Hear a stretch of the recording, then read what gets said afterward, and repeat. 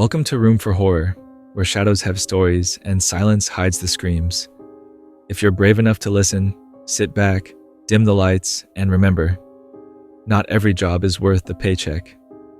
This is a story of a former mall security guard named Andre. He worked the night shift in a forgotten shopping center somewhere in the Midwest. What he experienced is something no one, especially those working alone at night, should ever go through. I was 23 when I got the job. The listing was simple. Night security officer needed, 10 p.m. to 6 a.m., good pay, must follow protocol. I was broke, desperate, and didn't ask many questions. The place was a dying mall, Evergreen Plaza. Most of the stores had long since closed. A few holdouts remained, a nail salon, a rundown bookstore, and a clearance clothing store that somehow clung to life like a barnacle. But the job didn't involve interacting with the stores. In fact, it didn't involve interacting with anyone. When I arrived for my first shift, the day supervisor, a guy named Carter, handed me a worn binder with a black sticker on the front, Night Rules. He didn't smile, didn't shake my hand. "Read this," he said. "Follow everything exactly, no exceptions."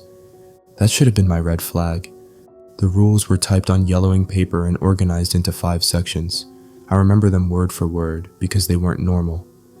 Rule 1. Check in at the security office at 9:55 p.m. Never be late. The door locks at 10 o'clock sharp and won't reopen until sunrise. Rule 2. Begin your patrol at 10:15. Follow the designated route clockwise, never reverse direction. Rule 3. If you hear footsteps behind you, do not turn around. They aren't for you. Keep walking. Rule 4. At 2:33 a.m., return to the food court and sit at the second table from the left. A woman in a red coat will pass by. Do not speak. Do not make eye contact. She will leave on her own. Rule 5. Do not enter the play area after 3 a.m., ever. Final rule. If you break any of the above, you must make it to the basement service elevator before the mall recognizes you. Pray it doesn't. I laughed at first. I figured it was some weird hazing ritual. Maybe a way to keep newbies on edge. Carter didn't laugh. "The mall's old," he said, "built over something older. People don't last here if they improvise." I asked what that meant. He just said, "You'll see." Then he handed me a flashlight, a 2-way radio, and walked out without another word. That first night, I didn't believe in any of it. I made my rounds, whistling to myself, pretending I was in a movie. The place felt eerie, but it was an old, empty mall. What did I expect? The only odd thing that happened was around 1 a.m. I passed the toy store, and the animatronic bear in the window twitched. The thing hadn't moved in years, yet it jerked its arm like it was trying to wave. I told myself it was a wiring short. At 2:33 a.m., out of pure curiosity, I sat in the food court, second table from the left. At exactly 2:34, I heard the soft shuffle of shoes. A woman in a long red coat drifted past, her eyes downcast, her skin gray like she hadn't seen the sun in years. She moved in complete silence. I held my breath. She passed me without looking and vanished around a corner. I didn't laugh after that. By the third night, I knew the rules were serious. I was halfway through my patrol, near the closed cinema wing, when I heard the unmistakable sound of footsteps behind me. Slow, heavy, deliberate. I froze.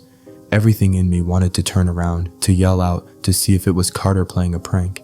But I remembered Rule 3. Do not turn around, they aren't for you. So I kept walking. The footsteps followed for nearly 2 full minutes.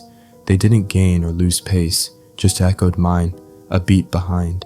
I felt a pressure on my back, like eyes boring into me. My spine was ice. And then they stopped. I didn't breathe easy until I was back in the office. The weirdness escalated quickly. On my 7th night, I heard giggling near the fountain by the defunct Build-A-Bear. Children's laughter. There were no kids. No one else was in the building. Then something moved at the edge of my vision, a small shape darting between the benches. It giggled again. I shined my flashlight, and for a split second, I saw a tiny face peeking from behind a trash bin. Pale, eyes too wide, mouth stretched unnaturally. It vanished before I could react. That night, I asked Carter about the kids. He didn't look surprised. "They're lost. Been here a long time. Don't follow them." He paused. "And if they offer you a toy, don't accept it." The rules became law to me. I timed everything. I avoided the play area like it was cursed. I never reversed my patrol route, no matter how tired or disoriented I felt. I memorized every second of the schedule, but on my 9th night, something went wrong. My phone buzzed around 2:20 a.m. It was my sister. She never called me that late. She said my nephew was missing. They'd been at the mall earlier that day, and he'd wandered off for a few minutes before they found him near the carousel. He'd been acting strange ever since, drawing spirals, whispering things, waking up in the middle of the night saying, "The lady in the red coat is cold." My blood ran cold. That night, I went to the food court and sat at the second table. 2:33 a.m., no footsteps. 2:34, still nothing. And then, at 2:35, the lights flickered. The mall was silent like it had inhaled. Then I heard it, the scrape of heels. Fast, unsteady. She came running this time, the woman in red. Only she didn't pass me. She stopped, her head snapped toward me. Her eyes were holes, hollow, wide, screaming without sound, and then she lunged. I don't remember how I made it to the basement elevator. I only remember hitting the button over and over and the feeling of something behind me, brushing the back of my neck, whispering in a voice that sounded like 100 people talking at once. The door closed just in time. I didn't return the next night. Carter showed up at my apartment. He looked angry, but underneath, he looked scared. "You didn't follow the rules," he said sharply, his eyes darting toward the hallway behind me. "I didn't break them. She came to me," I argued, my voice shaking. Carter leaned in, his voice dropping to a whisper. "She doesn't change the rules," he said. "The mall does." He told me I had to go back, that once the mall sees you, once it recognizes you, you either keep playing by its rules, or you disappear into them. I told him I quit. He shook his head. "You don't quit. You leave, or the mall keeps you." I tried to leave town the next day. My car wouldn't start. When I walked to the bus station, every ticket out was unavailable due to weather, even though the sky was clear. That night, someone knocked on my apartment door. I looked through the peephole, no one there, but a note had been slid under the door. One sentence typed in black ink. "The mall opens at 10 p.m. You're late."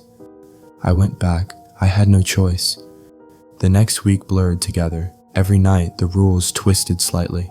The woman in red didn't pass the food court. She stared from the top of the escalator. The children stopped giggling and started weeping. The animatronic bear moved even when I wasn't nearby.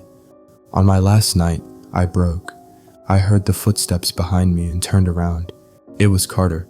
Only, it wasn't. His body was right, but his face was warped, like it had been painted on and smeared. His mouth was too wide, his eyes too small. He raised a hand and pointed to the play area. "The mall wants you there," he said, voice flat, eyes unblinking. I ran. I made it to the basement elevator again, slammed the door shut just as the lights in the hall exploded behind me.